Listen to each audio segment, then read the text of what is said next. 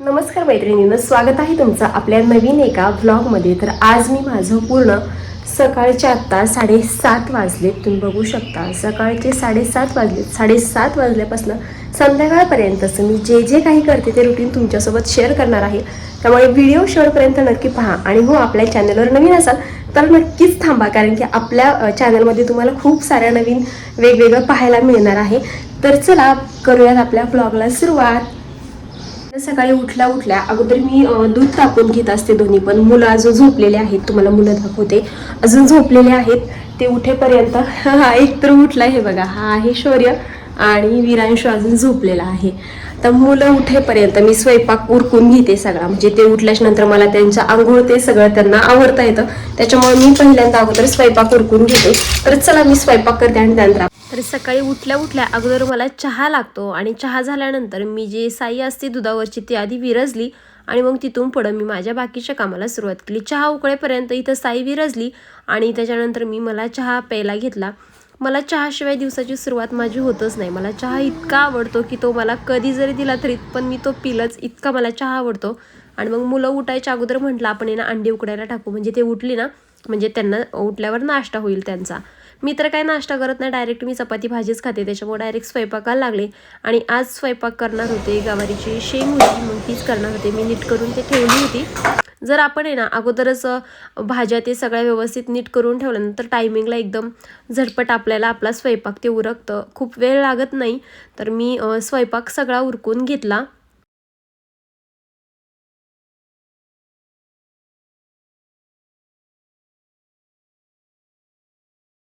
मैत्रिणींनो, आता माझा स्वयंपाक झालाय, सगळं झालंय, आता फक्त मी माझ्या मुलांचं आवरणार आहे, म्हणजे त्यांना ब्रश वगैरे आंघोळ त्यांचं खायचं प्यायचं।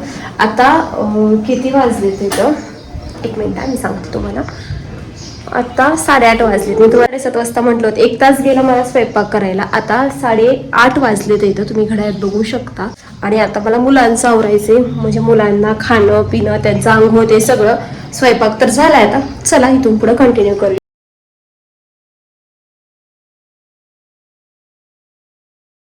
बघू दाखव,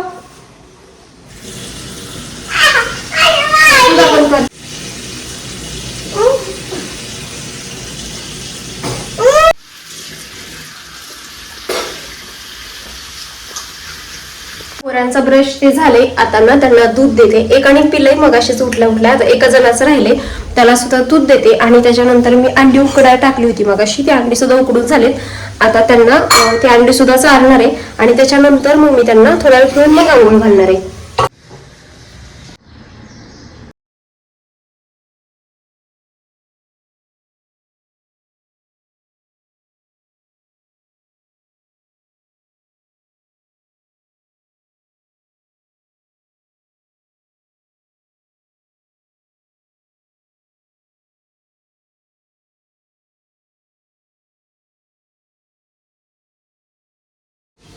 आता देवपूजा करणार आहे, कारण की 9 वाजत आले, तिथं 10 वाजल्याच्या पुढे तर देवपूजा केलेली चांगली वाटत नाही।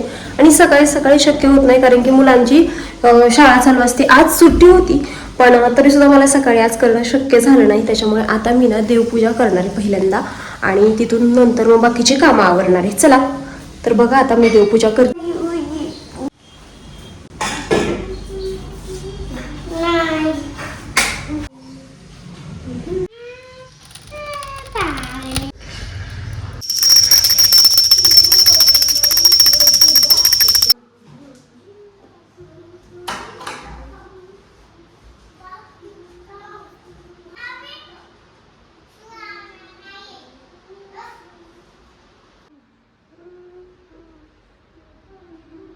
आता देवाचं तर काम झालं सगळं, आता म्हटलं बाकीची आपली राहिलेली कामं उरकून घेऊयात, म्हणजे भांडी फरशी मुलांच्या आंघोळ्या धुणं बरंच काम अजून शिल्लक आहे।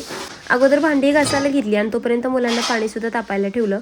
भांडी सगळी घासून घेतली, किचन कट्टा धुतला आणि किचन कट्टा धुतला मी एकदम स्वच्छ। तरीसुद्धा मी एकदा ना सुकलेल्या फडक्याने पुसून घेत असते, त्याच्याशिवाय मला ना किचन कट्टा धुतल्यागत आणि पुसल्यागत वाटतच नाही। जेव्हा मी चांगला स्वच्छ एकदम सुका करेन ना किचन ओटा, तोपर्यंत मला असं फ्रेश वाटतच नाही। तर आता मी सगळा किचन कट्टा हा माझा धुवून पुसून स्वच्छ झालेला आहे। त्यानंतर आता मी ना मुलांना आंघोळ्या घालणार आहे।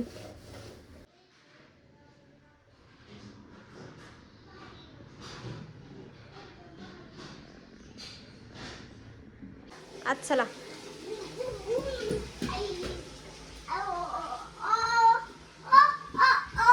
आता या दोघांचा सुद्धा मेकअप छान झालेला आहे. आता दोघांचं पण टेन्शन नाही. बाकीची मी माझी राहिलेली कामं आवरून घेते. अगोदर घरं ते सगळी झाडून घेतली आणि त्याच्यानंतर फरशीसुद्धा लगेचच पुसून घेतली आणि मग मी शेवट कपडे धुत असते. म्हणजे एकदा फरशी ते सगळं पुसून झालं, कपडे धुतली की डायरेक्ट बाथरूम वगैरे धुवायचं. त्यानंतर म्हणजे काहीच काम शिल्लक राहत नाही. आता ऊन इतकं वाढत चाललंय ना, कपडे सुद्धा अक्षरशः पांढरे पडायला लागले. त्याच्यामुळे मी सगळी कपडे ना उलटी करून टाकत असते, म्हणजे जेणेकरून ती पांढरी पडत नाहीत आणि लवकर खराब सुद्धा होत नाही. नाहीतर अशी जर आपण आहे अशी कपडे टाकली ना तर त्याचा सगळा रंग उडून जातो आणि आपली सगळी कपडे अशी जुनाट पांढरट दिसतात.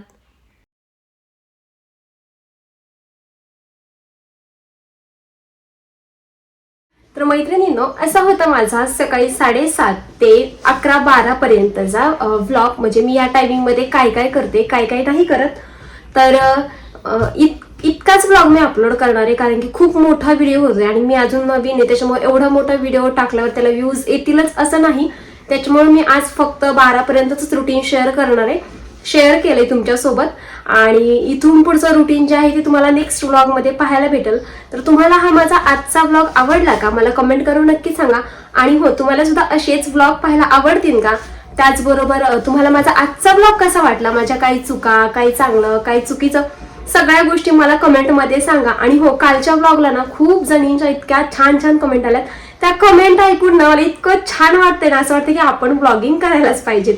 कारण की मला विश्वास बसत नव्हता. मी दुसऱ्यांच्या कमेंट वाचायचे जे मोठे मोठे युट्यूबर आहेत त्यांचे, पण मला असं वाटायचं की त्या मोठ्या आहेत, म्हणजे त्यांचे भरपूर व्ह्यूज येतात, त्यांचा आता ना स्टेटस बऱ्यापैकी चांगला आहे. त्याच्यामुळे मला असं वाटायचं की त्यांना छान असे कमेंट येत असतील, व्ह्यूज येत असतील.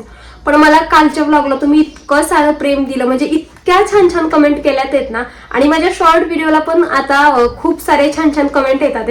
ते बघून इतकं छान वाटते. आशा करते की तुम्ही असंच प्रेम करत राहाल आणि माझ्या व्लॉग्सला प्रेम द्याल. तर चला, आजच्यासाठी एवढंच होतं. तुम्हाला कसा वाटला माझा आजचा व्लॉग मला कमेंट करून नक्कीच सांगा. आणि हो, अशाच डेली व्लॉग पाहण्यासाठी आपल्या दिव्या जगताप या व्लॉग चॅनलला सबस्क्राईब करा. चला, भेटूयात अशाच एका छानशा व्लॉग मध्ये. तोपर्यंत बाय. श्री स्वामी समर्थ.